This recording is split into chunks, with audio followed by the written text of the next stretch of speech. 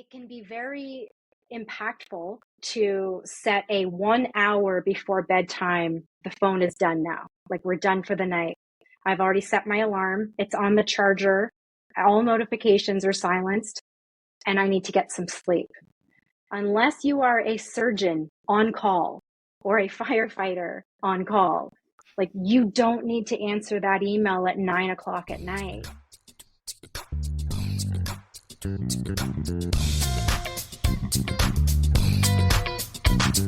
Welcome to the Sales Problem Podcast, where we talk everything sales, success, and personal growth. Thanks for joining us. Let's get growing. Welcome back to the Sales Problem Podcast, and welcome to Season 3. This is episode number 2, and here's what we're going to give you today. It is the health and wellness episode. And I've said it before, I'll say it again.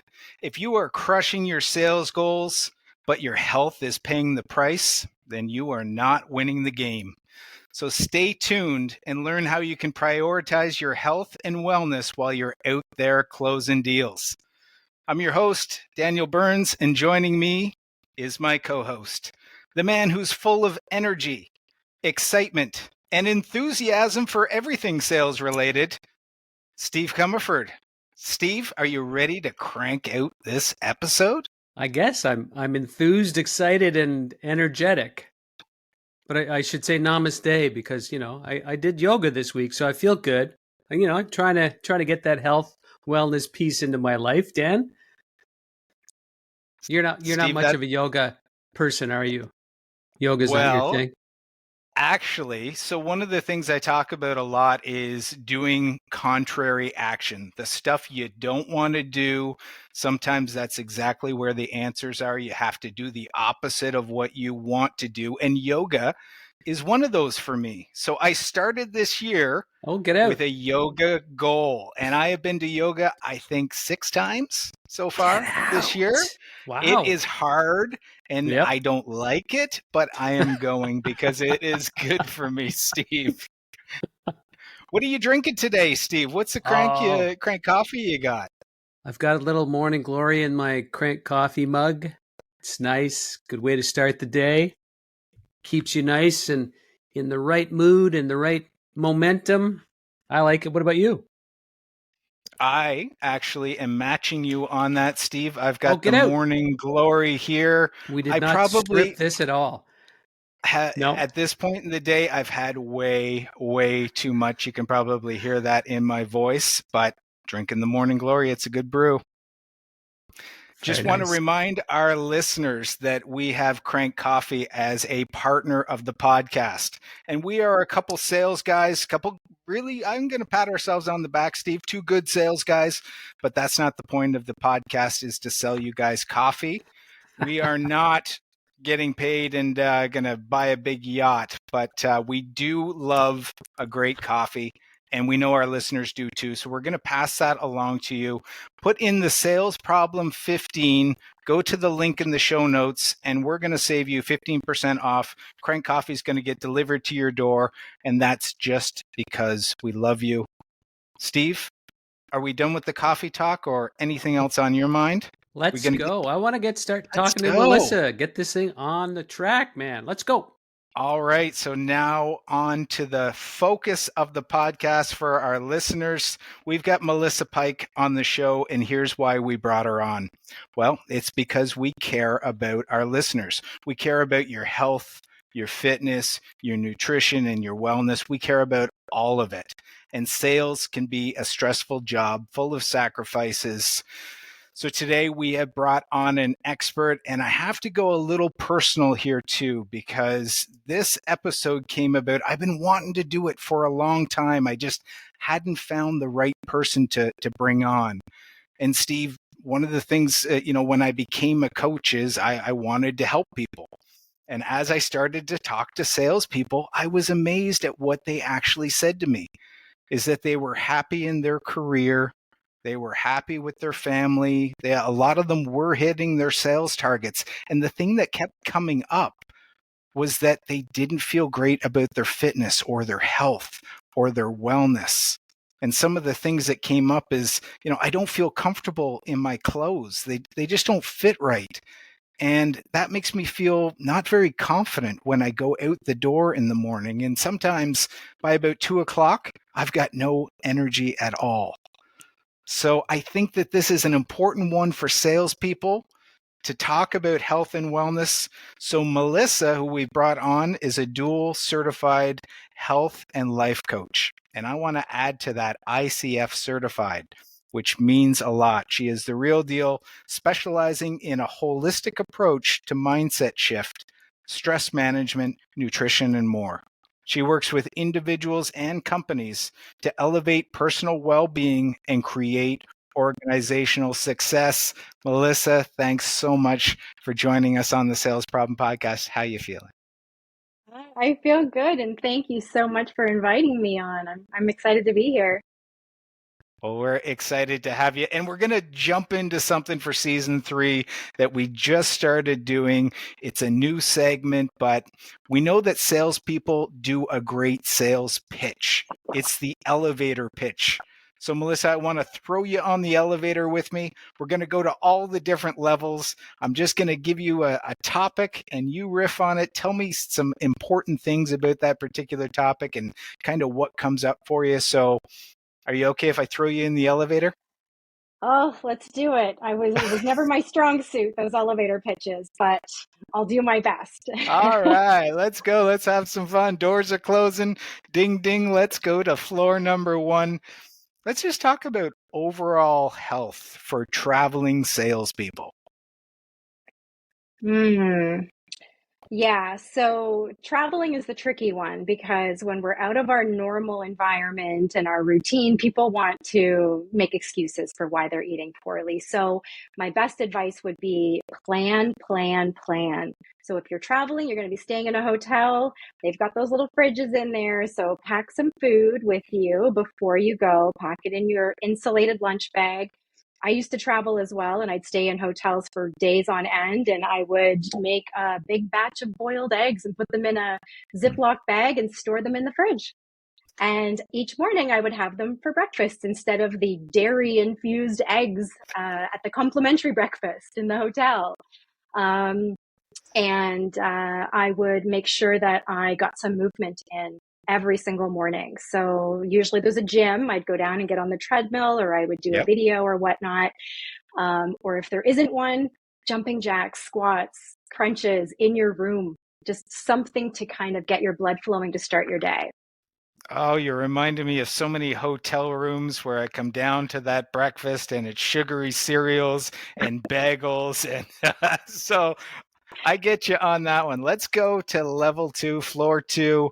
Talk to me a little bit about something I'm hearing a lot about, which is intermittent fasting or just fasting in general. Tell me your thoughts on that.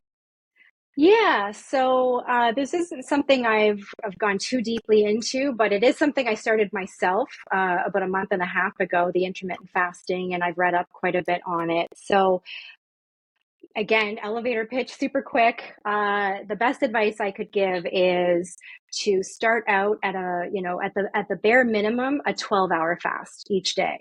And it sounds like a lot, but you're sleeping for 8 of those hours. So I would say kind of cut out eating in the evening time when you're kind of just emotional eating anyway, boredom, whatever.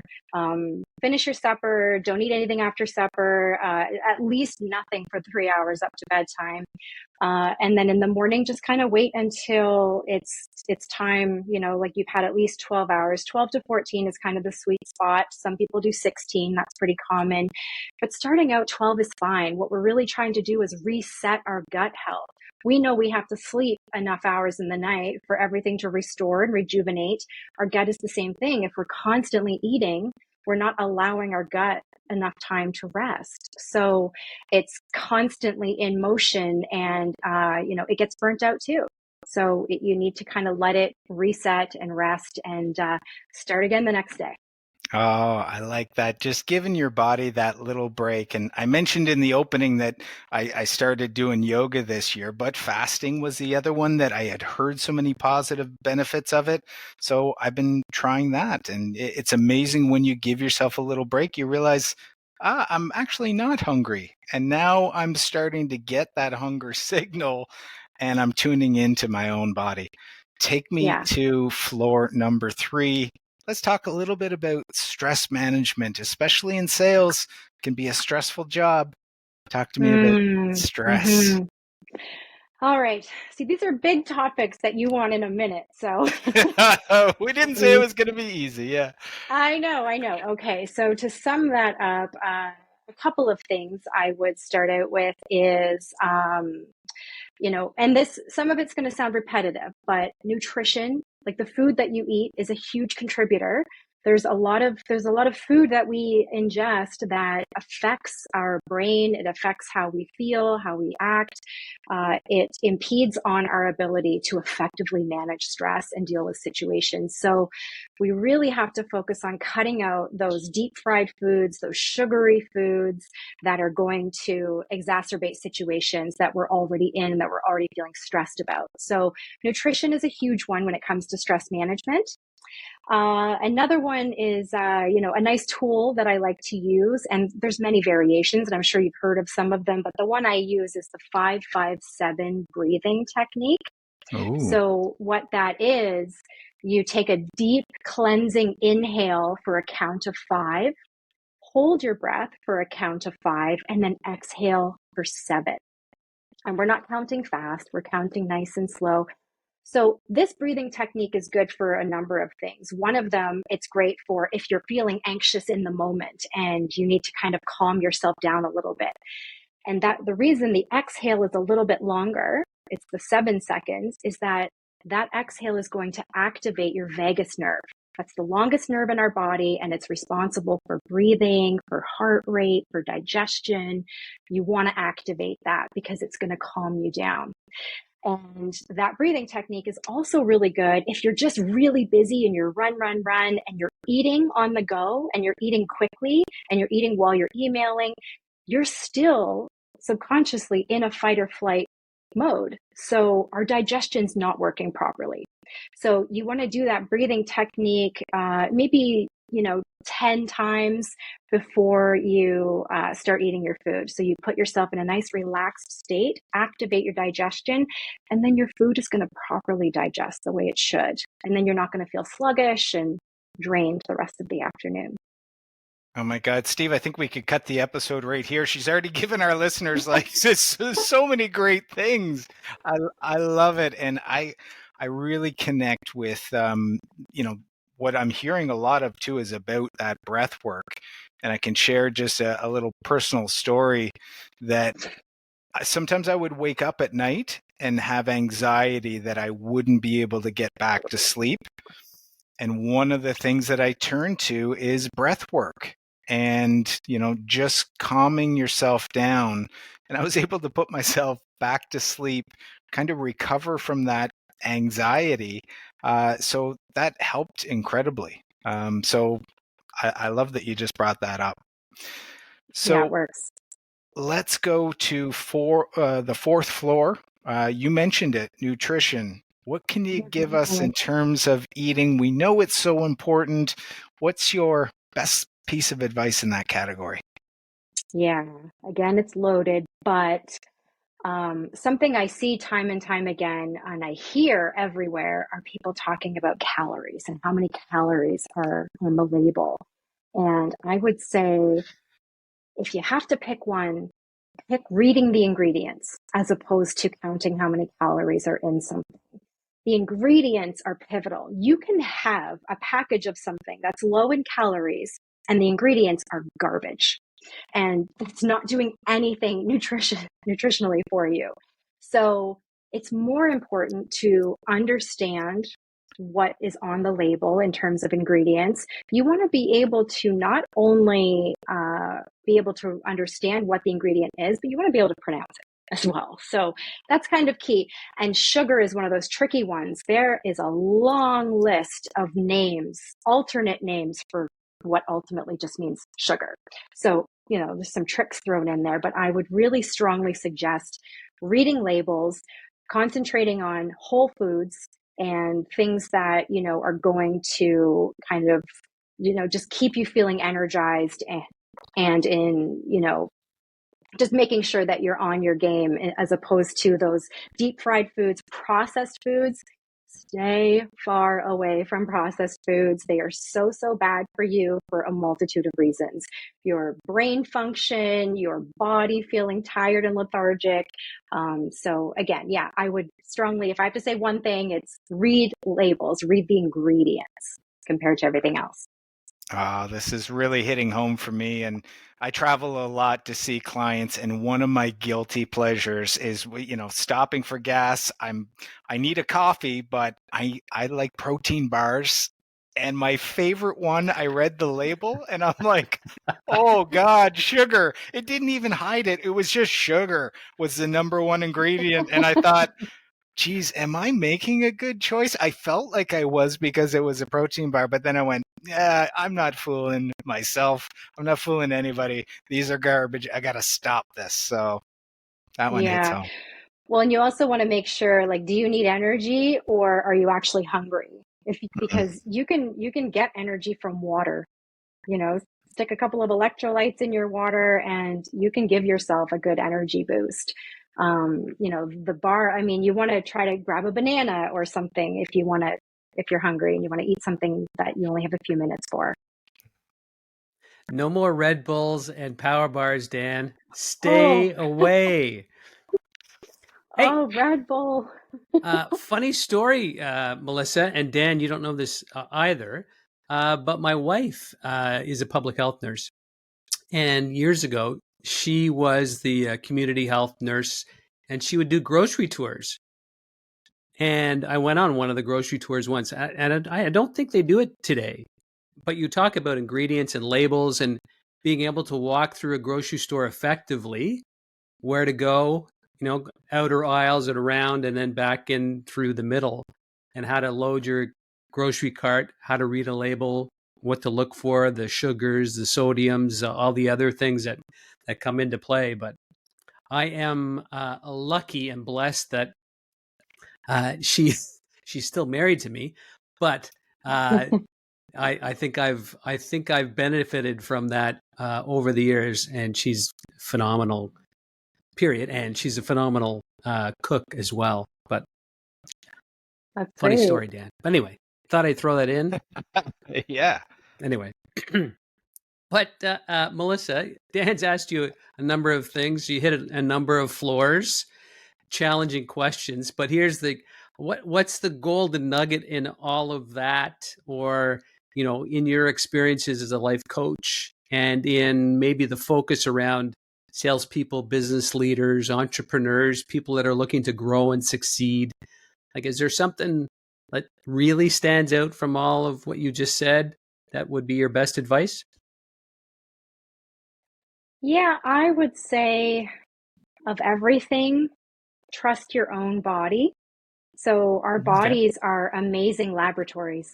So there's an overload of information out there and it's hard to know what to do. We've all seen those TikTok videos now where, they're taking something out of the fridge and they're like, "Oh, this is good for you." And the next person is saying, "That's horrible for you." And so they take something else out and at the end they're just left with like water or something.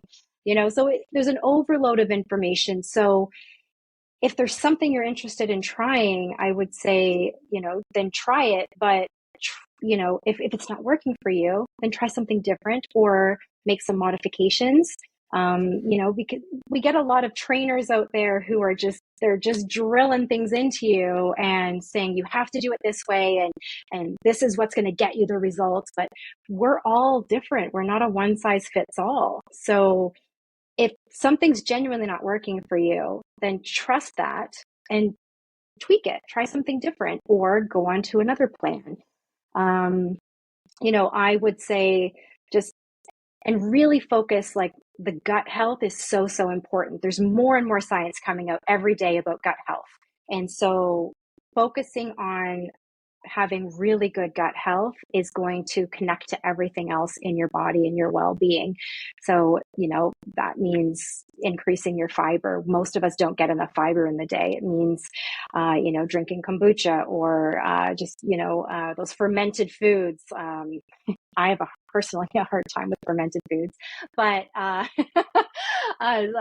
not one to. I think it's sauerkraut I tried recently. I'm okay not to do sauerkraut as good as it is for you. But yogurt, things with cultures in it that are going to really enhance your gut health. So again, just trust yourself when something doesn't feel like it's the right information for you. Yeah, my son's on the kombucha. I don't know if I'm pronouncing that properly. I can't get onto that one myself. But there's a lot of different kinds out there, though, is and there? I've Okay. tried a All right. lot of them, and a Okay. lot of them I don't like. So I did find one that I like, and I'm sticking to it. Yeah, you bring up an interesting point there around a lot of information or a lot of trainers. Is that where the mistakes kind of happen on the health and wellness? Is that you follow too many trends or you follow too many ideas? What's your take on that? Yeah, there's that, but I think too, a lot of people, they make a plan without planning. So they have What the do you mean by idea that? Yeah. that, yeah, so, okay, it's January 1st. I'm going to start to eat healthy, right? So they've set a plan down. I'm going to eat healthy. But the planning that goes into that is meal prep. Maybe it's some research into what types of foods are going to be really good for energy, for longevity, and whatnot.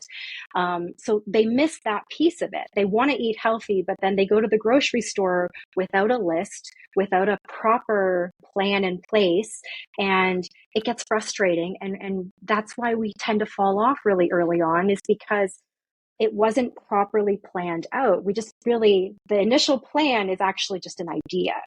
And we feel like it's our new plan, but we haven't made it into an actual plan. And it's, people saying like, well, I'm going to start going to the gym, right? And then they don't get a membership, or they just come up with all these different excuses as to why they can't get to the gym. So it's great to have the idea to do it, but you have to plan, plan, plan. And I say that with everything. I sound like a broken record, but if you don't plan it out, it's just an idea in your head, and it's so easy to talk yourself out of it, just like you talked yourself into it, right? But once you put it down and you have something like a guide to follow, it makes it way easier to stick to.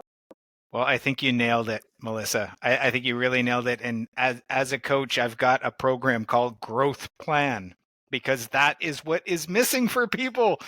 You're absolutely right. It's an idea without any legs. There's no specificity. There's no details. And I talk to people, okay, going to start working out. Are you going Monday? Oh, I don't know. I hadn't really planned on it. Well, what about Tuesday or Wednesday? No, I don't know what day. I just know I'm going. So it's a Yeah. very general overview on things. And starting and that plan needs to consist of timing it as well. And the best way to stick to it is to make it a consistent time each Yeah. day in order to build the habit of doing it. Yeah. I also like that the meal prepping, because if the food isn't there, that's when you're going to grab for just anything and everything. So what are you going to eat tomorrow? What are you going to take with you in the car? Like you said, is it going to be the boiled eggs, or is it going to be some carrots or something that's going to get you by? But if that's not part of the plan and that's not planned out, you're probably going to fall off somewhere. Yeah. Yeah. Yeah. So, Melissa, there are sales reps in their car right now. They're out on the road, they're traveling, they're sitting a lot, which is, one thing that you're in the car, you're going to be in that sitting position all day. They're passing by all the Tim Hortons and all the chain restaurants, and where am I going to grab a bite to eat if I get a quick second? They're drinking a lot of coffee like Steve and I, but they're also really on the move. Their clients are expecting a lot from them. So there's a lot, kind of coming at them. So what advice would you have for somebody that's in that scenario? It's not easy to make the right choices with all of that going on. How would you help somebody? What advice do you have for people in that situation? Yeah, and that's a good one. And in a past life, I did sales. I did Hmm. outside sales. And so I was in my car a lot. Speaking to nutrition, I was well known for having my big old lunch bag on the passenger seat. So again, it's planning, it's meal prepping, and obviously not eggs, not in the car. That was going straight to a fridge in a hotel somewhere. But just in the daytime, it would be having food that I don't have to microwave, that I don't have to eat with a fork, maybe, or if I do have to eat with a fork, then it doesn't need to be reheated. And, and having really quick and easy go-to snacks, right? And things that aren't messy, that you're not going to make a mess on yourself with, or that you're not going to have all clogged up in your teeth if you have to run into a meeting. So, just having those snacks right at your side and planning, and trying as much as you can to work your break time into your schedule, like put it in your calendar. So like, okay, I have meetings here and here and here. Okay, then I have a little window right here, and I'm actually going to write lunch on there. And it doesn't have to be an hour. It can be whatever time you have to give to it, but schedule it in and then eat your brought lunch. I mean, because there's oftentimes you're taking clients out for lunch, so you kind of have to make concessions there. But when you're not and you're just on the run all day, have food with you so you're not tempted to go and get the Big Mac and all the other foods that are just at your fingertips. In terms of sitting all day, you're in and out of the car a lot too, though, going into meetings. So if you have an extra 5 minutes, park further away and walk to that meeting, like a few blocks away, and walk there.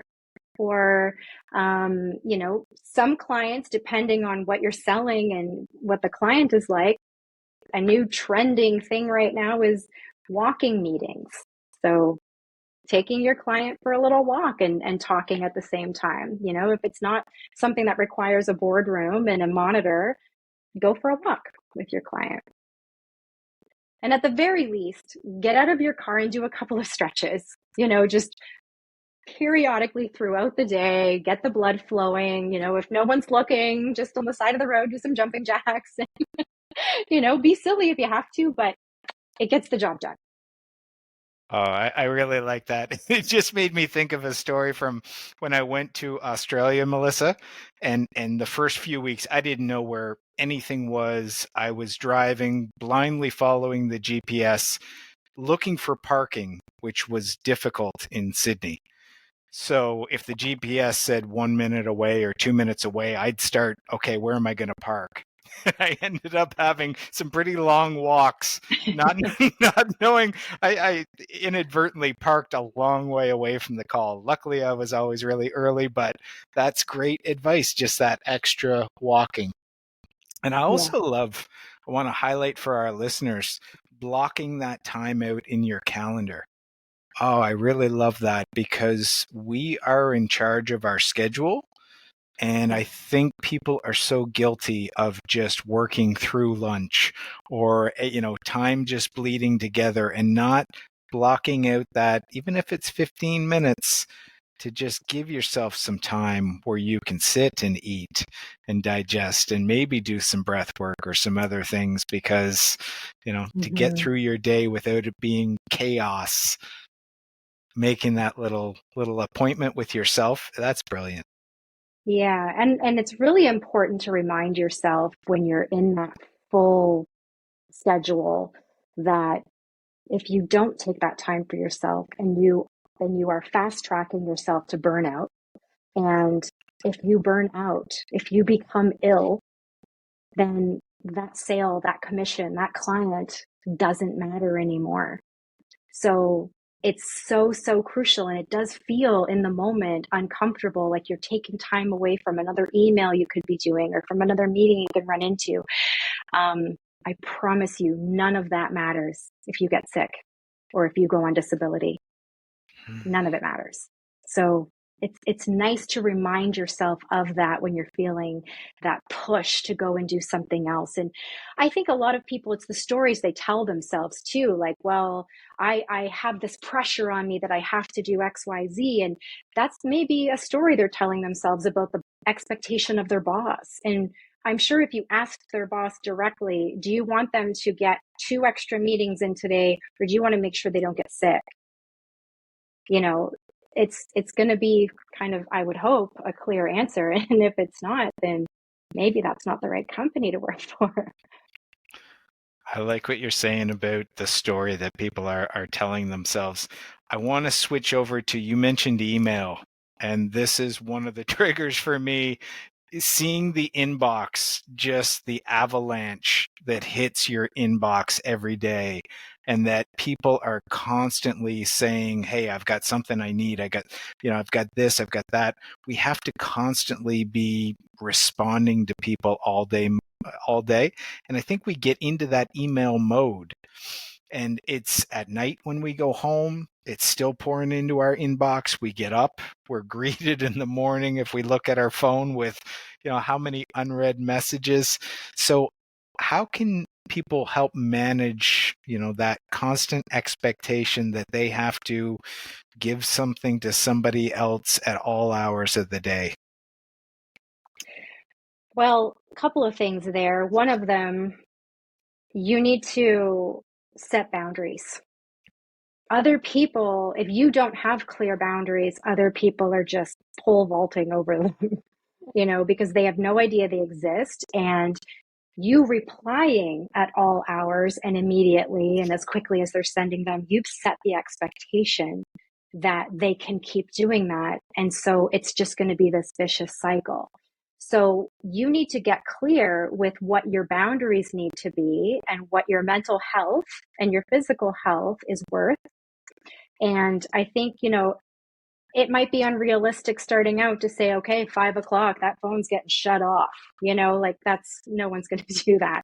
But, it can be very impactful to set a 1 hour before bedtime, the phone is done now. Like, we're done for the night. I've already set my alarm. It's on the charger. All notifications are silenced, and I need to get some sleep. Unless you are a surgeon on call or a firefighter on call, like, you don't need to answer that email at 9 o'clock at night. And when you wake up first thing, it's also not great to go straight to your phone. You need to get up, you need to wake up a little bit, you need to move your body a little, and then kind of start into whatever you need to do. So there's a realistic way to do it without just one bold move or another, but it's just meeting in the middle. So they're on the end of your day and at the beginning of your day, there has to be that little bit of time that is not focused on already starting from a place of stress. If you want to get into your emails in the morning, then make it a point of doing some form of exercise first. You're going to do 20 minutes, 30 minutes of something first, and then I'm going to check some emails. Because what happens there is you've woken up, you've gotten your blood flowing, you're able to think more clearly now that you're a little bit more awake. Having a glass of water as soon as you wake up, I keep one on the nightstand every night, and it's the first thing I do when I wake up. I chug that glass of water, and it does wonders. And then, because the other thing is too, if you've gotten a couple of emails that aren't favorable and you're not receiving them well, you're going to receive them even less well, for lack of a better term. If you are still half asleep, or you haven't processed anything, if you haven't properly woken up, if you're not nourishing your body like in more ways than just food when you're getting it. So I think it's really just going to be about your own boundaries and what you feel is most important to you. The other thing to remember is that you can get back to that email at your next available opportunity. Just because there are minutes ahead of you doesn't mean those minutes have to be filled with work. They have to be filled with answering someone who reached out. And again, if you give it that little bit of time, that little bit of grace period, as much as you reasonably can without losing a client or anything, then that's helping set some boundaries without actually having to have a conversation about it. I like that point, Melissa, because you're teaching and training people of how they work with you, right? Or how you respond, how you interact and communicate. And if they get into that routine of, oh yeah, Steve's good. I email him at 8 o'clock at night and he responds at 8:05. It's like, oh, hang on a second. Right. I like the boundaries, and I like the training that people that you work with understand that, no, I'll hear from Steve the next morning. Yeah, exactly. And the other thing too is if you're sending emails after Right. hours, Yeah. that could also put undue pressure on other people that, oh, well, if he's doing it after hours, then I have to do it after hours as well. So you could really be a great role model for people Mm-hmm. around you by saying, you know what, like 8 o'clock is my cutoff. I don't respond or send emails after 8 o'clock, and I don't send them before 7 in the morning or Yeah. something, whatever time, depending on when you get up. So it's really important to set those boundaries in place because, if you end up going on leave because you burnt yourself out, that person is just going to forward that email off to the next person and not give it a second thought. Yeah. So they're not really in their moment of need. They're not thinking about your health. So you need to think about your own health. Yeah. Well, and I don't use it enough, I think, but you could, using the delayed send function in your email is not a bad idea Mm-hmm. either, right? If you are the, go, go, go, I have to work until the, 9 or 10 o'clock at night, but they can arrive tomorrow. I'm going to ask you one thing, and that's kind of on the, I don't know, bad cop sort of scenario, or I don't know if there's a stigma with life coach and in that role, and the approach from other people going, I don't need a life coach. I'm good. I'm, there's got to be something. There's a quick fix out there, but do you run into that? And how do you get past that, or how do you kind of answer that point? Yeah, that's a good one. And it does come up. I mean, the coaching, life and health coaching Yeah. it's becoming bigger and more mainstream, but there's still quite a few people who aren't really sure exactly what it is or that they even need it. So my typical quick, maybe humorous response is, well, take a look around. Show me one person who is thriving in all areas of their life. Maybe they've got high sales, but do they feel great? Are they sleeping great? Are they healthy? Are they just nailing life right now? And I haven't met anyone yet who is just nailing it from all angles. So the short answer is, if people could do it on their own without a coach, everyone would be doing it. The information's out there. It's all out there. I haven't invented anything yet. I'm still trying, but then I find someone deep in the internet who's already said it. So, it's all out there at your fingertips, but not everyone knows. They get overwhelmed. They don't know how to use it or when to use it and with a coach, they can really help you initially establish why you want these things. It's not like, I want to lose 20 pounds because I want to look good in a bathing suit for the summer. That's not someone's why. That's what they think they want. But then often, and you'll hear stories of this, people lose the 20 pounds, look great in a bathing suit, they're still miserable. So that wasn't their actual why. There's something deeper. So finding what the why is pivotal. It's really tough to do that by yourself, and just thinking on things, and therapy is wonderful. I would say therapy very it complements coaching very well. It's very different. So with coaching, it's kind of taking you from where you are right now and just helping guide you into feeling better, doing better, just being able to thrive in areas of your life where you feel like you've just been struggling for so long. So yeah, I've had people say to me, like, I just don't see the point, or I don't think, it's something that's really valuable right now. But when you challenge that by saying, well, how do you feel all the time? Like, do you not have any stress? Do you not have any excess weight that is maybe caused from that stress? Or, are you feeling at the end of every day like that was just such a successful day? I got everything done that I needed to get done. I didn't have to panic about anything, and I don't have anything personal going on. I don't have an ill parent that I'm taking care of. I don't have children who are needing every minute of my day. Like, there's so much life happening that no one can honestly say that they're thriving in all corners. So I guess that was my short, now long answer. Well, and I think more and more these days too is just the ability to put up your hand and ask for help, or to search out Yeah. ways that you can kind of cope and get through things too. Yeah.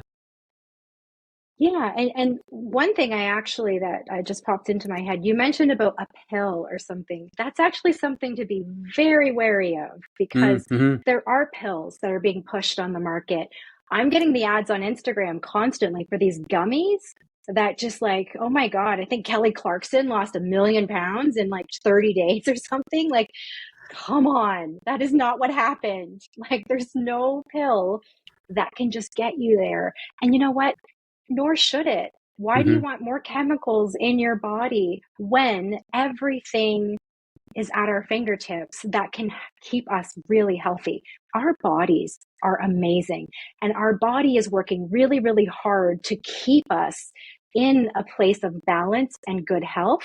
It's all the things we're doing that are combating it. We're trying to overthrow the system by throwing garbage foods in there, and not moving our bodies, and just look at the rising rates of diabetes, of obesity, of Alzheimer's and dementia. Like, those are all now being linked to our diet, to lack of exercise. Like, it's insane, the numbers. So no, there's no pill. But the great news is it's only hard work at first. Going to the gym or exercising from home or eating healthy, it's really hard for a little while, but then it gets easier.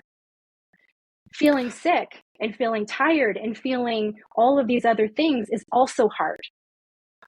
Pick your heart. Mm-hmm. Right? Good point. I'll go back on the information you mentioned it a number of times, and the Kelly Clarkson gummy bear, whatever. But there's so many, again, resources available, and some are pretty good, right? You go the carb route, or no, you go the just all veggie route, or you go, I don't know, pick one. So how do you break through that? You talked about, trusting yourself and your body, but how do you decipher which one is the right one to go with? Or is there a right one, I guess? I would say, one way is process of elimination. So if you're feeling Okay. really gross all the time, like some of the main culprits that we all know of are dairy, gluten. So I would say just try cutting out dairy for 6 weeks and see how you feel. If you feel no different, then maybe it wasn't dairy. Reintroduce it and see how you feel after that. Gluten is very inflammatory. Too much inflammation in our bodies wreaks havoc. So it could be that. So try cutting out gluten for 6 weeks. See how you feel after that. I mean, I would also, if there's some information that you're really keen on, then dive deeper into that information. Look for sources who have medical degrees, or who are proper nutritionists, or you just medical professionals. Like, there's so many now who are writing amazing books. One actually that I just got is This Is Your Brain on Food.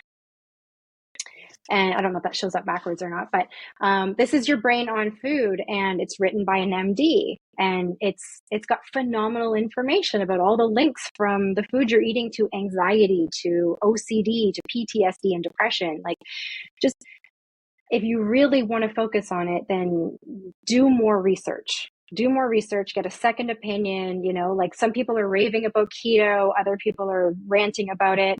You know, so just try things out. I mean, again, it's hard work. You have to figure out what really works for you. But I would say one key is if people are making these profound promises quickly, then chances are that's not something you want to go with, because there's not really anything that can happen that quickly that's sustainable long term. So if they're promising you the perfect beach body in 20 days, like, be very wary of that, and maybe do a bit more research on who that person is giving that message, on looking for alternate information. Just just absorb as much as you can and ask a lot of questions.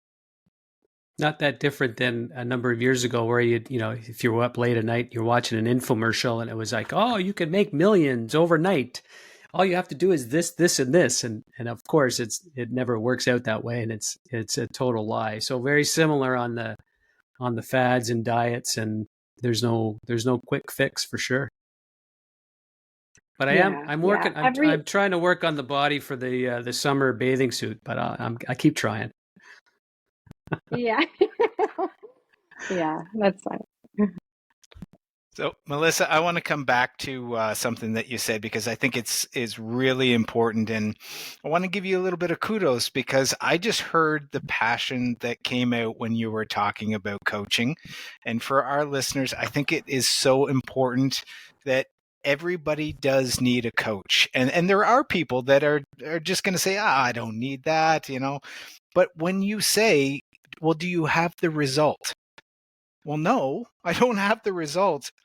Well, have you tried some coaching? Well, no, I haven't tried that. Well, maybe that will lead you to the thing that you want. I think people are very hesitant to try something they've never tried, but they continue to do it on their own with no success and not get the thing. So I just really think it's important that people explore what you do for people to help them get to their goals. Yeah, absolutely. I mean, if you think about it, it's coaching, but just the word coaching in any facet is, it's the same. I mean, take a sports team, for instance, the players know how to play football.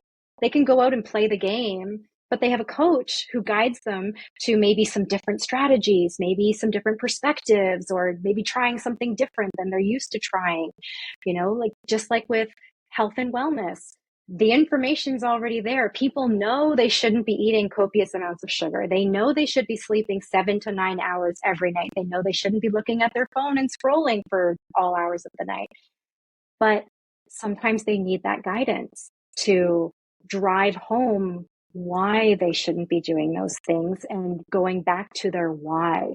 Like I've had people say in the past, like when you get right down to the nitty gritty of it, oh, well, I don't want to end up immobile when I'm older. I don't want to end up dependent on somebody else. I want to be able to be independent. There it is. There's your why. But that's so far off for most people that we lose sight of it. So then you have to set these little goals, little stepping stones along the way in between, so that it helps you stay on track and stay focused. Because left to our own devices, we're just kind of walking in circles, right? And we get lost, we get confused. It's like being in the shampoo aisle. Good grief, there's so many options. So it's just that guidance. Like, can people live without a coach? 100%. But if you want to thrive, and if you just want to stop struggling on your own, it can be a great thing to invest in, for sure. Yeah. To our listeners, if you hire a coach like Melissa, you are going to get questions that you've never asked yourself, and you're going to end up in a direction that you've never been, and that can lead to some stuff you've never had in your life. I'm going to transition, Melissa, over to a post that I caught of yours that I loved. And what you talked about was something that's a little bit different. So it went to your choice of music and the fact that you were dancing, which sounds so simple, but at the same time, what I got from it was you changing your state. You know, how you felt, how your body felt, how your mind felt. And it was through such a simple thing. And it just made me think of, all the little ways we can fill up our own cup and get energized and change our state through maybe kind of some unconventional things. But I thought, for our listeners, there's that, but are there other things that our listeners can do to just, when they get off course, they get into the weeds a little bit, how they can change their own state, fill up their own cup, and some ideas of what they might do to make themselves feel good throughout the day? There are many things, but if we're going off the beaten path a little bit, a couple of years ago, I did an online course. It was a Yale course through Coursera, and it was called The Science of Well-Being. So the lay term was the happiness course. So and this Yale professor, so they had done these studies, and something that really increased the level of joy and happiness overall that people felt was something as simple as when you're going for a walk and you're on a trail and there's other people around, smiling at them and saying hello. At every single, I promise you, and I started doing it myself, and I've always kind of been that person anyway, a little bit annoying. I'm just like, hey, but the more people, because the other thing that happens that I noticed and I still do it, when I pass by someone, and even if they're kind of looking down or they're looking distracted, and I say, good morning, you can, for most people, you can see them kind of brighten and say hello back. Like they didn't expect to connect with anyone. We are community driven people. That's what we are. Like, we need to have connection with other people. So something to kind of bring joy throughout your day and long term is to just connect with more and more people that way. And then, like, I would say something I like to do to fill up my cup is I go on dates with my friends where we go and grab a coffee, and then we go to a bookstore and we just kind of roam the aisles and, just talk about fun topics and books that we're interested in. And I don't know, maybe that sounds boring to some people. But I find, like, again, it's more about the time I'm spending with that friend and the connection that I'm getting from it.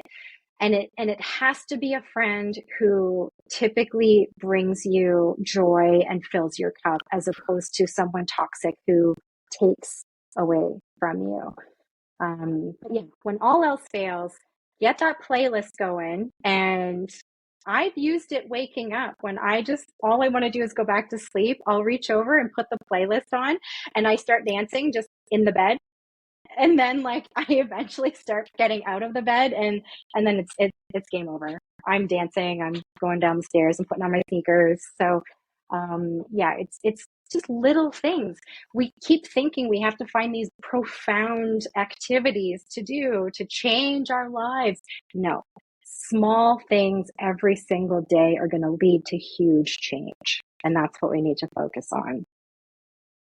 So here's my guilty little secret. This is why I asked this question, is because secretly I am a car dancer. So that's one of my things. When the music gets going in the car and I'm driving to, an appointment, and I'm the guy that's dancing in his car, and it really fills me full of joy. And sometimes I think I'm a little embarrassed of this, or I probably shouldn't be vibing out and feeling so good. And like, what are people going to think? Stopped at the light and I'm grooving in my car. But sometimes I just don't care, because that energy is really coming to me. And so I love that. One thing I thought of, as you said about the Yale course, there's a great podcast called The Happiness Lab with Laurie Santos. And I'll put that on sometime, because the science of happiness, I think it's a real thing. And little things like smiling and connection to other people. Oh, you're so right that is what fills us up. Is she a professor? I think that's that name. I think she's the Yeah. professor of that course. Okay. Yeah. Yeah, the science of well-being. That's her course. Yeah. Love it. Yeah. Also, I should point out, and I don't know if it still is, but I'm pretty sure it is. You can take that course for free. So Wow. you can pay $60 and get the certificate that says Yale on it. But you can just take it to have the information completely free on Coursera. And it's so worth it. It's the most fun course I've ever taken. And I took it in 2020, lockdown in the pandemic. And I'm like, damn, I could use some happiness right now. So I took the course and I think you can't see it on the screen, but can't see yeah, it. the Happiness Lab with Dr. Lori Santos. Yeah, she's the professor of Yeah. The happiness course. So But I could see you, Dan, Mambo number 5 at the red light. When you close a deal too, what's better than putting on like a song? It's like that's your theme song, and yeah. like Uptown Funk. Don't get me started. Move for that. I'm gonna throw on some hardcore rap because I'm just Uh-oh. that gangster. That's the thing. Nice. Hey, Melissa, I wanted to ask you a personal question, and the people that are listening can't see this, but explain the mug that you have. I'm curious. We talked about this before we came on, but When I'm drinking out of. yeah, tell us about that. Yes. So I've got the 4 Golden Girls on there. And why the Golden Girls? I mean, part of it's nostalgia. As a kid, like I was like a little old lady, and I loved watching that show. But Betty White is one of my favorite all-time actors. She lived just shy of 100 years old, and I think she Very lived that impressive. long out of Yeah. sheer joy and happiness. So she was always upbeat and always positive and motivational. And I named my dog Betty White after her. And she just brings joy, like, and especially her character on the Golden Girls, Rose. She was, I'm not sure how to say it politically correct, but she wasn't the sharpest knife in the drawer. And her innocence was so refreshing and beautiful, and I just love her. There's a number of different roles that she was in, back to Mary Tyler Moore, back to then, and that role too. Yeah. She was an expert at her craft, and so good, right? So funny. Yeah. Anyway, so where can people get a hold of you? How can they track you down? How can they see what's going on in your world? Absolutely. So my website, melissapike.ca. I'm on Instagram, so that's Melissa Pike _life coach. And I'm on LinkedIn. So you can find me there as well. Yeah. Well, or thank email, hello@melissapike.ca. That's a good one. And thank you. I really appreciate you coming on the show today. Dan, I don't know. We keep getting great guests. I liked your, you wanted to go here on the health and wellness and go down that channel. So, hey, nice work.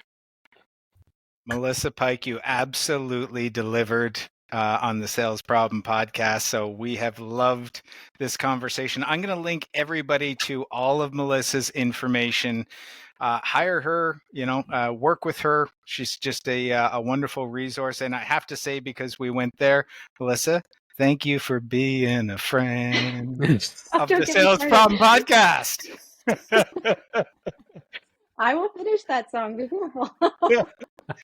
And out of tune. So listeners, do you feel healthier already? I know that Steve and I feel happier and healthier just from listening to Melissa. And Melissa, today you have helped us solve the sales problem. You've gave our listeners some knowledge they need to thrive and succeed. You've helped them grow by enhancing what they know. And listeners, we love you. We appreciate you. We care about your health and wellness. So thank you so much for listening. Please share this with your friends. Also remember the Sales Problem 15. Go get some Crank coffee, support the podcast, have a great brew. We'll see you next episode. And until then, keep building the best version of you.